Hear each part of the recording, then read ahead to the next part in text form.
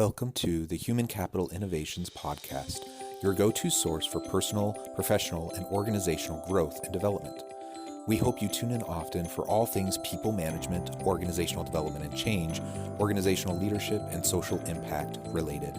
Maximize your personal and organizational potential with Human Capital Innovations Podcast.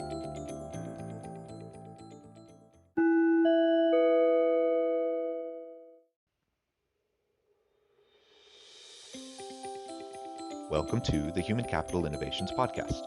In this HCI podcast episode, I talk with Benjamin Preston about developing collaborative and strengths-based teams.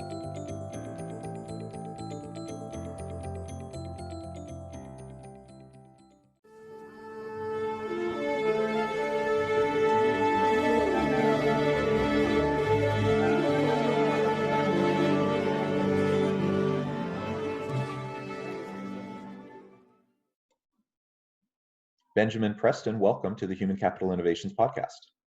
Thanks for having me. Yeah, I'm excited to have this conversation today. You have an interesting background, and I see that you're from Arlington, Virginia, which is such a lovely part of the country. I love going back there to visit.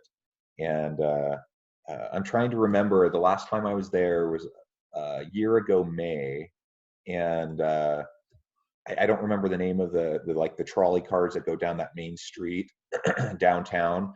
And Mm-hmm. I was staying at one of those hotels close to the wharf area. Yeah. And anyways, just a lovely place, great nightlife, and a good place to be there for professional meetings, which is why I was there and did a little bit of touristy things on the side. One of the highlights of my trip to Arlington this last time was I went and found the narrowest home in the world. So they claim. So you can actually reach your hands out, and that's as wide as this house. Wow.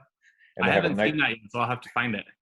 they have a nice plaque out front saying this is the narrowest home. And I have a thing for tiny houses. So Okay.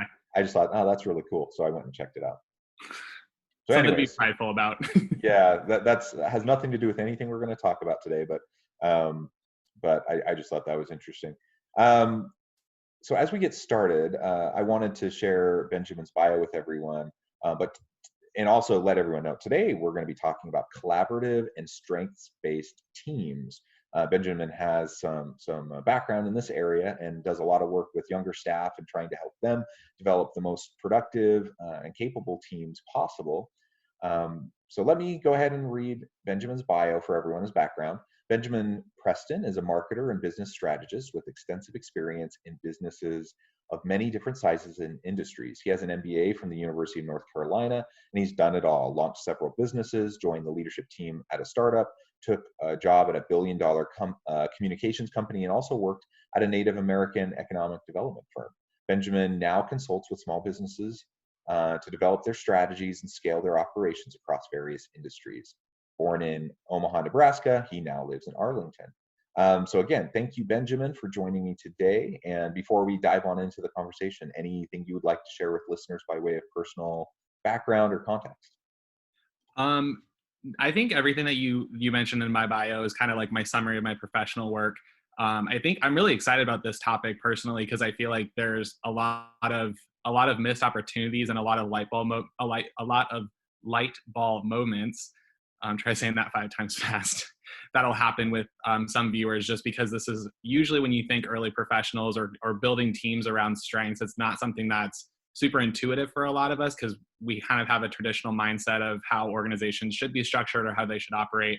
So I think this will be a good conversation in terms of talking about, how do you develop a team? How do you make them more agile and strength-based? So I'm excited. Excellent. And let's start with the framing around early career professionals. You've worked in a lot of different contexts, a lot of different types of organizations and industries, and probably with different types of teams. Probably some with younger professionals, some with a mix, some with older professionals, whatever.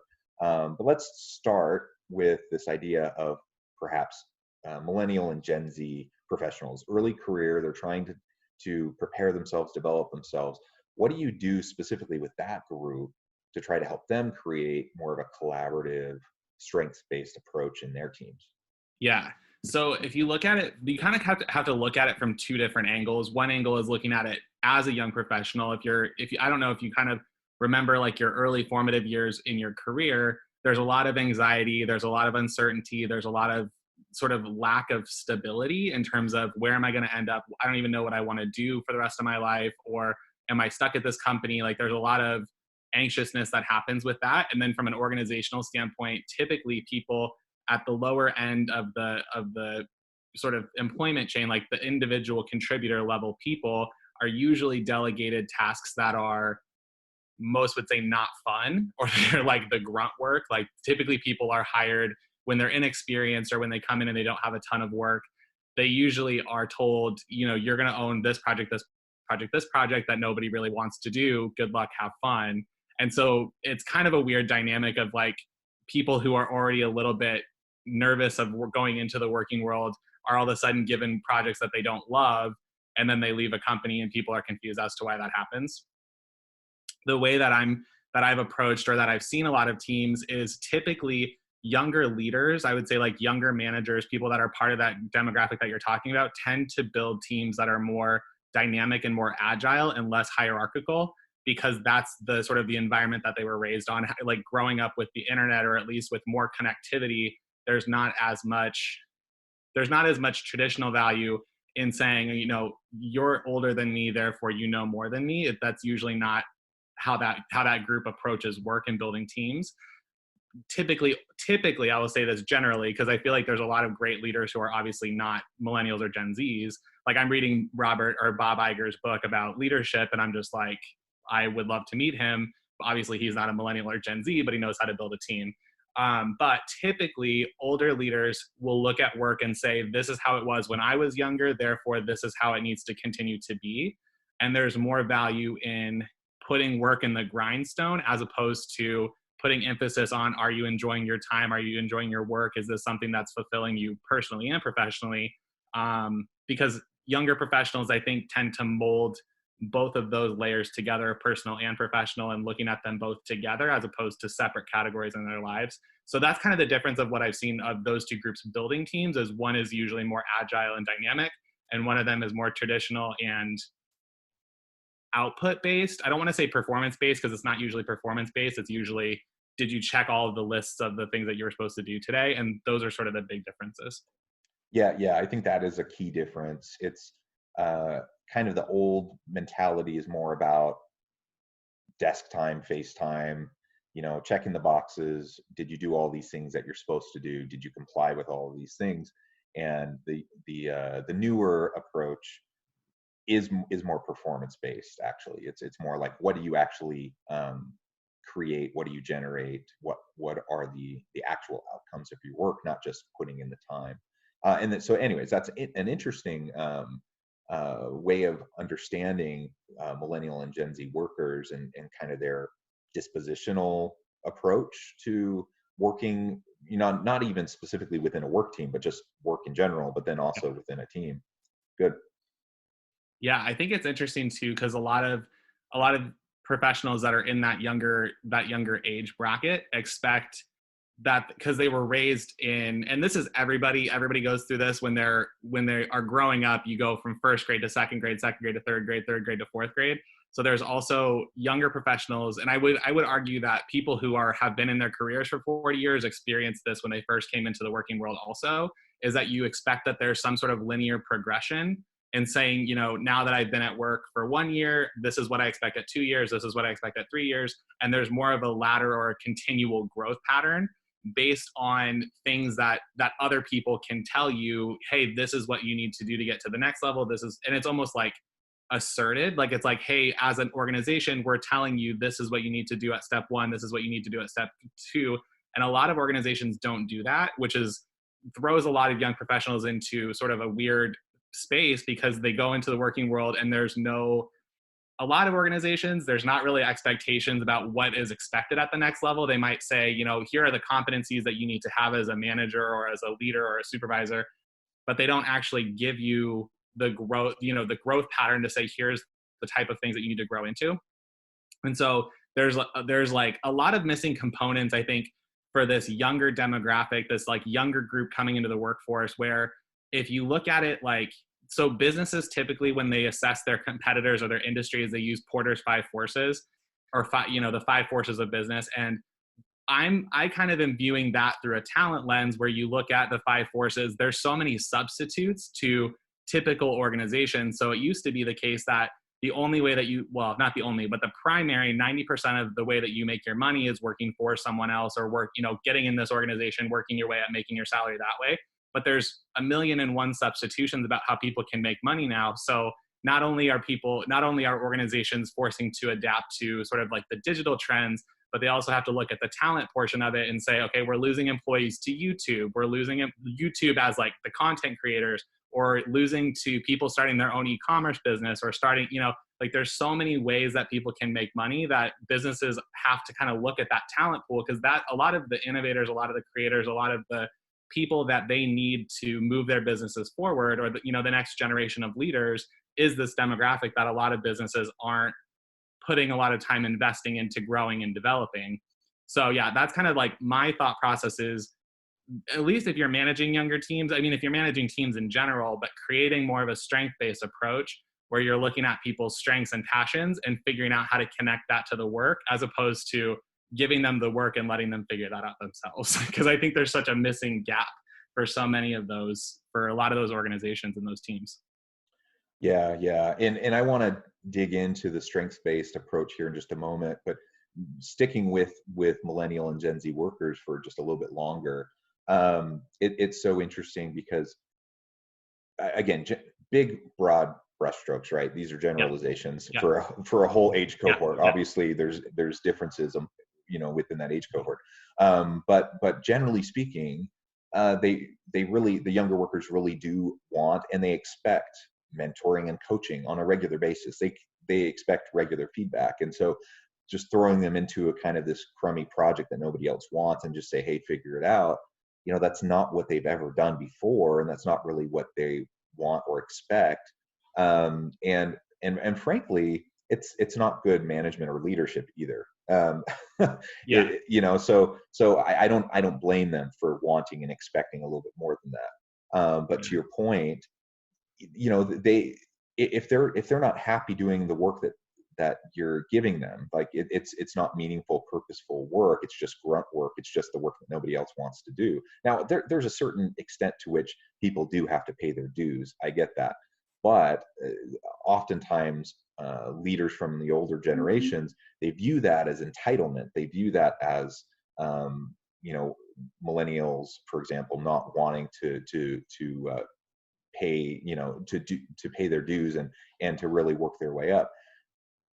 There may be a point there, but I think the bigger issue is a just complete disconnect between what actual good management practices and good leadership practices say you should do, what millennials and Gen Z workers expect and want from their experience in the workplace, and what leaders from older generations are actually doing.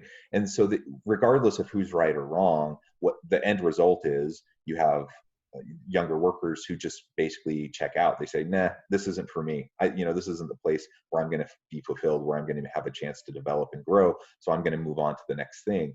And it's a little ironic, I think, for organizations to expect, or rather, it's ironic for organizations to be frustrated with younger workers who just leave after a year or even 6 months, you know, because they say, you know, they can't stick it out. They can't stay with it.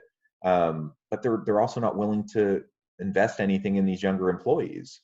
It's really not showing any investment in them if there's no talent pipeline that's been developed, that's been articulated and expressed to these younger employees. And if I get in there as a younger employee and I see no path forward, and I have a boss that doesn't see my value, and they just kind of throw crummy projects at me, and there's no mentoring, there's no coaching, there's no feedback, of course I'm not going to be happy, and of course I'm going to look for a better opportunity. I'm not quite sure why that's a surprise to leaders, but it is. Like, continually I hear that over and over and over again.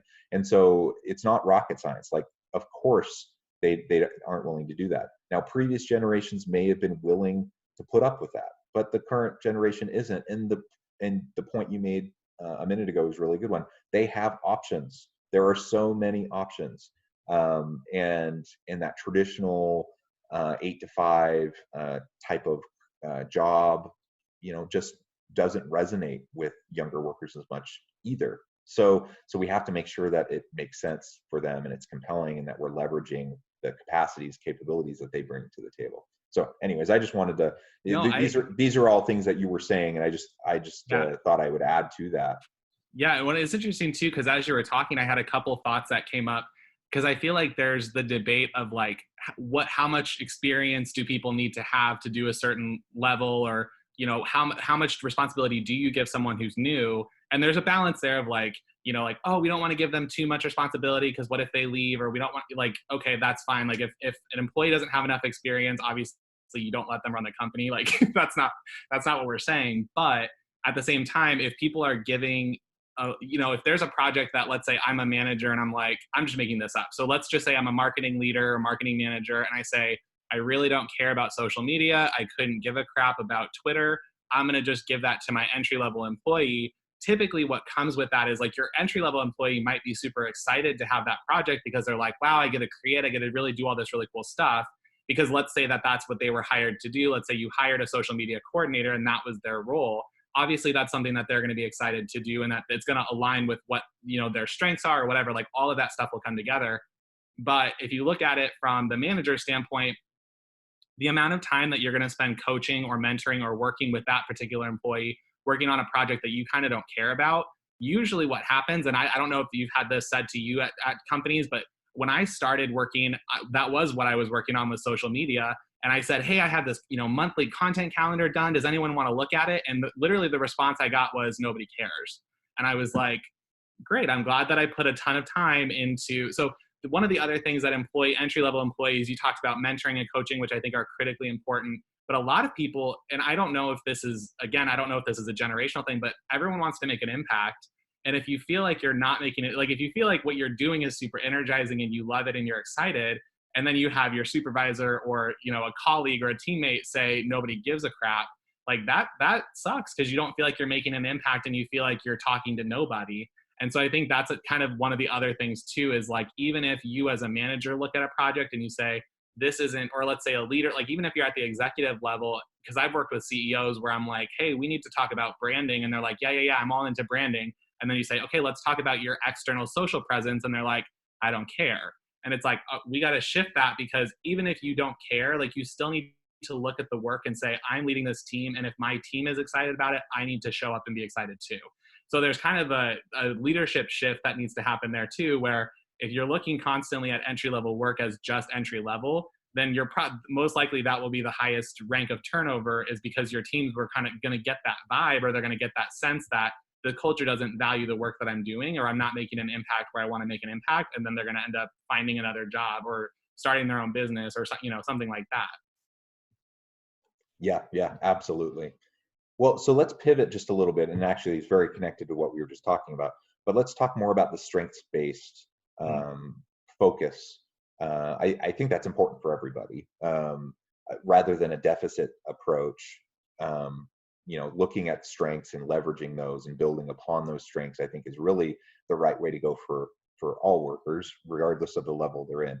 But I think it's particularly important for younger workers early in their career, as they're trying to build confidence, they're trying to learn and grow. So what is a strengths-based approach more specifically, and how can leaders start to leverage that?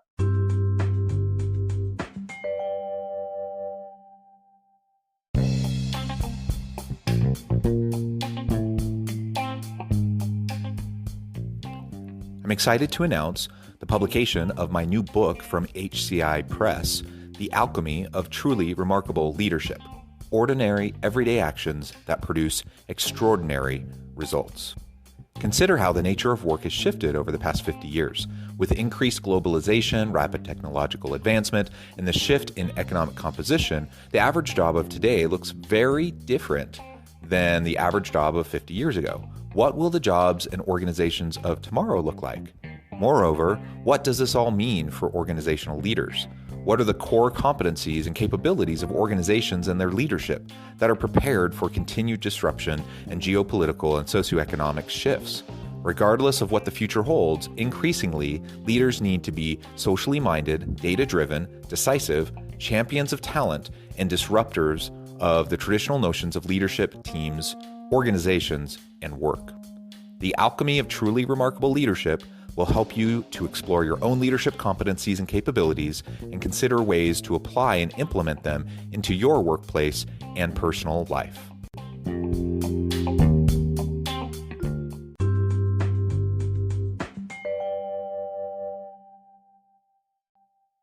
Yeah. So when you think about strengths versus weaknesses, like we all have things that we're naturally gifted or talented in, and then you have things that you're maybe not very good in. And typically you have, if you're doing things that align with your strengths, or I should say, well, I'll flip it. When you're doing things that you really, really enjoy, those are usually your strengths. Those are usually the things that you are really good at. So people don't I'm not a great singer. I don't get pleasure out of performing in front of people, and that's a weakness of mine. So I'm not going to continue doing that, even though I don't like it. Some people love that, and that's their strength. Like that, just to give kind of a weird, fun example. So in the working world, when you think about your strengths, people usually gravitate toward the things that they're good at. So if you are good at, let's say, communication. So just as an example for me, when I was going through college, I was really good at communications and figuring out how to communicate with people in a way that they would receive the message that I was trying to convey. So I would naturally go into that space. I wasn't going into, I don't know, like some other finance, for example, because I'm really not good at finance is not great for me. So I'm not going to go into a finance role. So people are now naturally gravitating toward the things that they're good at. When they start exploring those interests a little bit more, they can see, okay, it's, I really like this part of communication, but I don't like this part of communication. And they start to kind of explore. And the more that they explore and the more that they expand, they find the things that they are really, really passionate about. And then they find the things that they're not passionate about, and that kind of just go to the wayside. They don't really enjoy it. Usually what happens with teams is you have a list of, let's say, skills and responsibilities on your job description. Maybe 10% of those things are things that you absolutely hate. Maybe 90%, or let's say 80% of those things are things that you really enjoy. And the other 10% of those are things that you are kind of like, I'm indifferent about. The more, and let's say that you are really excited, you start working, you find out that, out of that 80% of the things that you loved, you find out that actually 30% of that is stuff that you really, really love. Usually what companies will do is they say, and this is again a generalization because I've seen it best practices both ways, but typically what organizations will do is they'll say, I don't care what you like working on, you are assigned to do this, this, and this, therefore do that. And then that's kind of the thing. So the more that people are in their roles, let's say for 2 or 3 years, they kind of chip away at that job description and they say, from that 80%, I found 30% I'm super passionate about. And from that 30%, I found 10% that I'm absolutely super excited about, but I'm required to do all of this other stuff.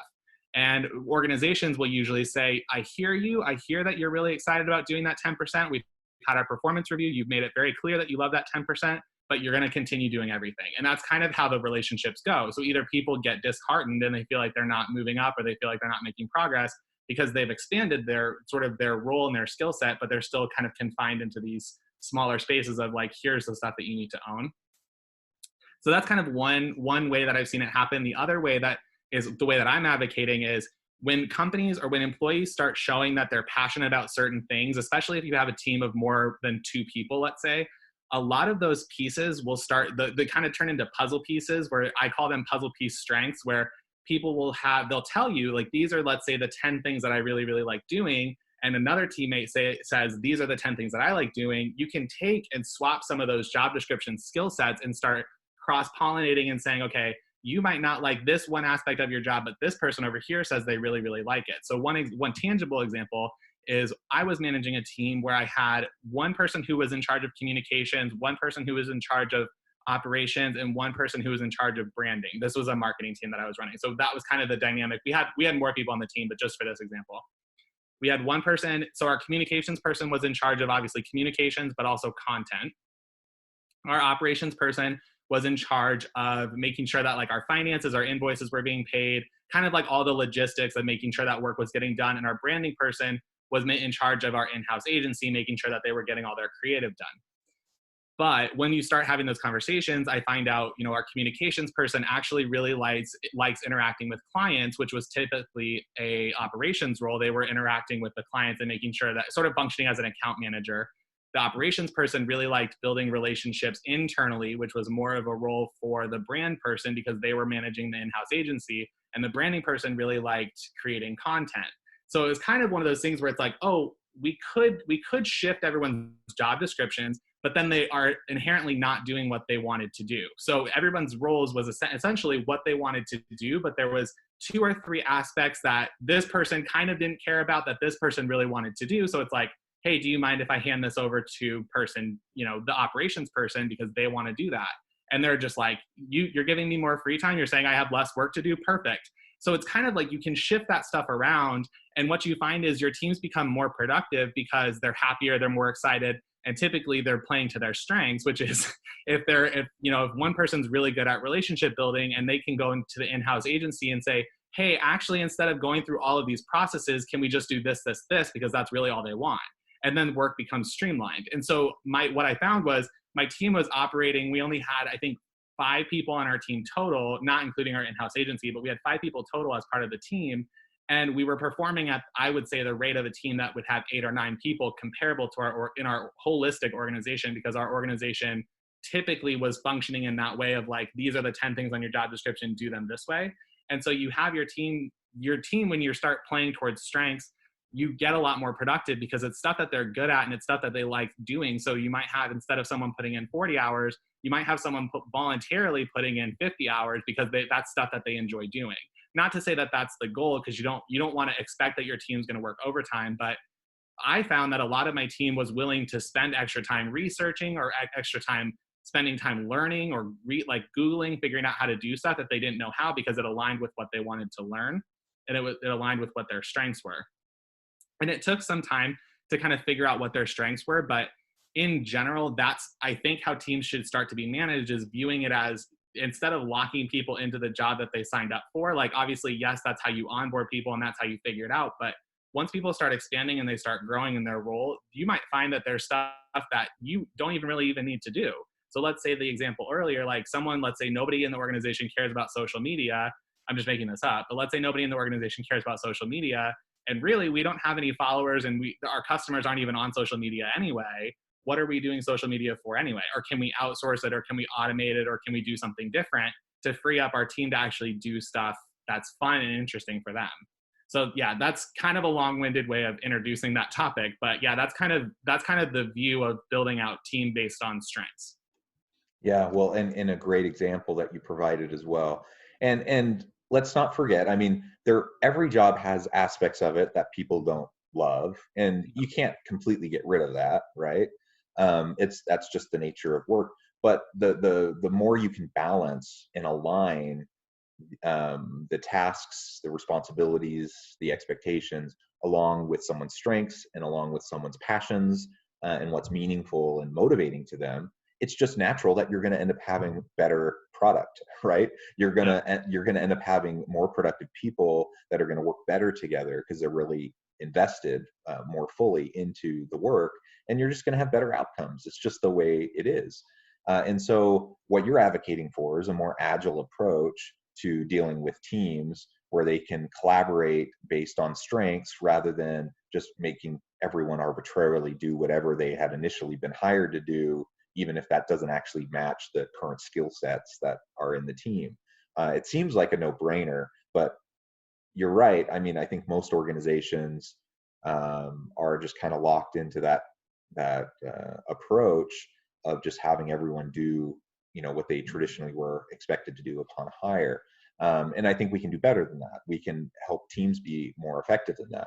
And ultimately, I think for younger workers, as we've been focusing on in this discussion, they want to be able to contribute. They want to be able to find meaning and purpose in their work.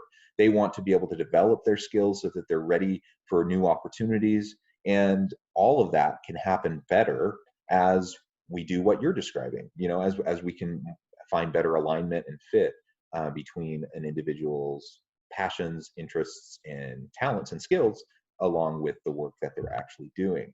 That does require more from me as a leader, because it means I actually have to know my people. It means I have to have more regular check-ins, not from a micromanaging standpoint, but check-ins in terms of that coaching and that mentoring, that feedback loop. Like, we have to have a close feedback loop where we can have dialogue, and by doing that consistently over time, we're going to know our people, we're going to know what they're good at, and we can make tweaks and adjustments to making sure that we're leveraging them to their greatest capacity. And another point I wanted to just touch on real quick, is something you mentioned towards the end of your example, is that some people will then voluntarily be willing to do more work. Now, we're not talking about doing this as a means to exploit labor, right? Right. That's not the point. But it is a natural byproduct of people being energized by their work. If I'm energized by my work, I often will even lose track of time. Because I'm enjoying it so much and I see the value in it. And it's one thing if someone's an hourly employee and they get overtime hours, and I understand organizations need to keep track of that, and for financial reasons they need to they may have to limit that. But a lot of the types of employees that we're talking about, they're going to be exempt from overtime, and the organization is going to be expecting them to get the job done anyways, regardless of the amount of time it takes. And in that kind of a scenario, most people are putting in more than 40 hours. And the question is, are they putting in more than 40 hours based on something they're passionate about? Or are they doing it based on like these arbitrary norms of like FaceTime in the office, or like get there before the boss shows up and leave after the boss leaves nonsense? Like, we have all those types of norms in a lot of organizations that aren't productivity oriented at all. They're just there because someone thinks that's the way it should be. But if we focus on strengths and talents, people will naturally be drawn to investing in that work, and that might actually mean they're putting in more time. But regardless, they're going to be more productive. Yeah. Well, and I think that you brought up something at the beginning too of what you were saying, is there's always, I think, going to be some resistance that leaders might have to say, oh, well, I need to get this thing done, and if they're not doing it, who's going to do it? Like, there's going to be some resistance of, who's going to do this work, that if I'm job sculpting this person and they're doing something that they want to do, someone's got to do the stuff that no one's want to do. And I think there's some bias in that, some unconscious bias of people assume that just because either I don't like it or because this person doesn't like it, that somebody else on your team might not.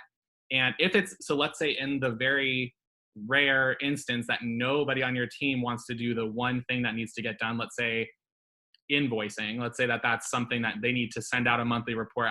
I'm going to finance because that's not my strong suit, but let's say invoicing, that's something that I would not enjoy. Let's say nobody else on my team enjoys it. If you're sculpting someone's job in a way that is really exciting to them, they're going to take on those projects that you might not like, or that they might not like, in tolerance of being able to do the stuff that they like. So it's kind of like when you're younger and your parents tell you that you need to eat your vegetables before dessert. But if you're giving your team 80% dessert, they're going to be okay eating the vegetables that they might not like.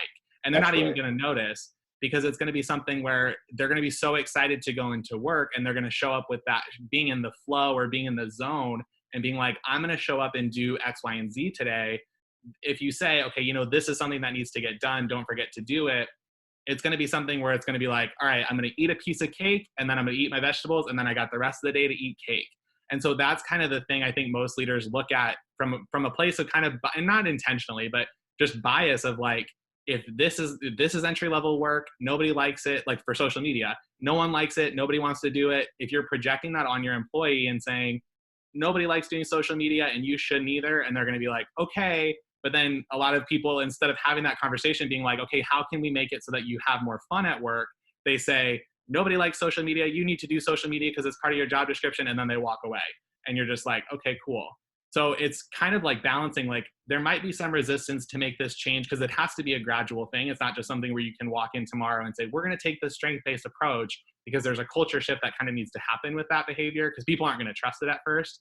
But once you get to the point of saying, okay, this is a thing, and you start building those relationships with your team, and say, okay, this is stuff that needs to happen, eventually either somebody will step up and say, that's something that I actually want to do. Like, I love invoicing, even though, like person A might say, I love invoicing, or you might have nobody show up and say, nobody wants to do it. And you say, okay, I'm going to assign it to this person. And that person will ideally, more than likely, accept that challenge because they have all of the ability to do all the other, they'll have the ability to be dynamic and create their career in a way that they enjoy showing up to work every day. Yeah.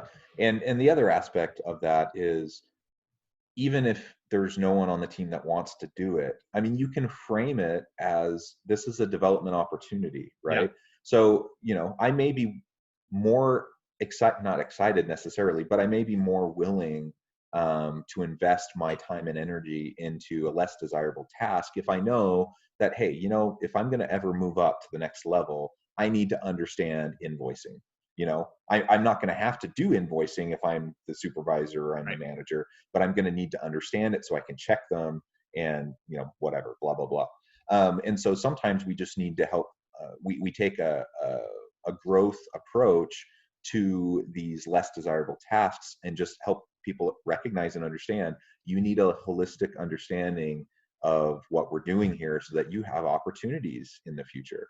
And then people are going to be more willing and excited even to take on some of those less desirable aspects. And if you're coupling that with like the 80% dessert, like you're talking about, then it really isn't a problem. Then you're everything's getting done. People are invested in it, and things move forward. Yeah, that's a really good point. Well, Benjamin, it has been a real pleasure talking with you today. The time has flown by, and we're about out of time.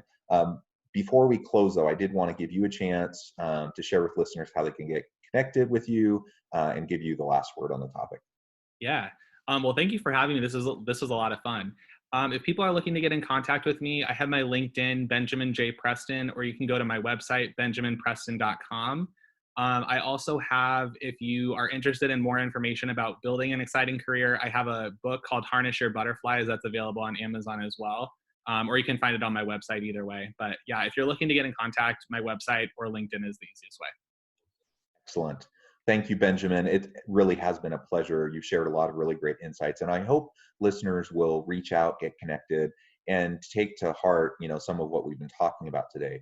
I think having a growth mindset, building upon strengths as we're seeking to grow, and recognizing that sometimes there are generational differences, and that's not necessarily a bad thing. We can build off of those strengths too, right? And ultimately, the goal is to help everyone feel more fulfilled, help the organization be more productive, help the organization be successful. So I think this isn't like a dichotomy where we either have to have people doing crappy stuff that they hate, or we can have a successful organization. Like, we can do both. We really can help people find meaning and passion in work that they do, and we can help the organization be successful. In fact, the one will feed into the other. Thank you again. It has been a pleasure. I hope everyone stays healthy and safe, that everyone can find meaning and purpose at work each and every day. And I hope everyone has a great week. Thank you.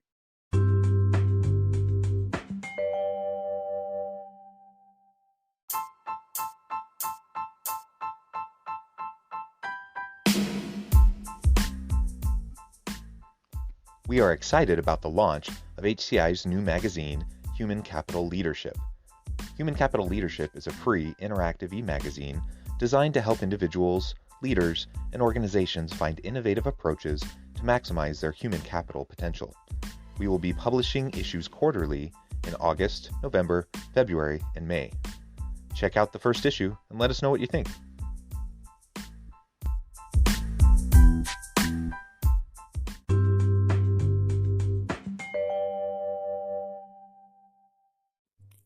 Thanks again for joining us for this episode of the Human Capital Innovations Podcast.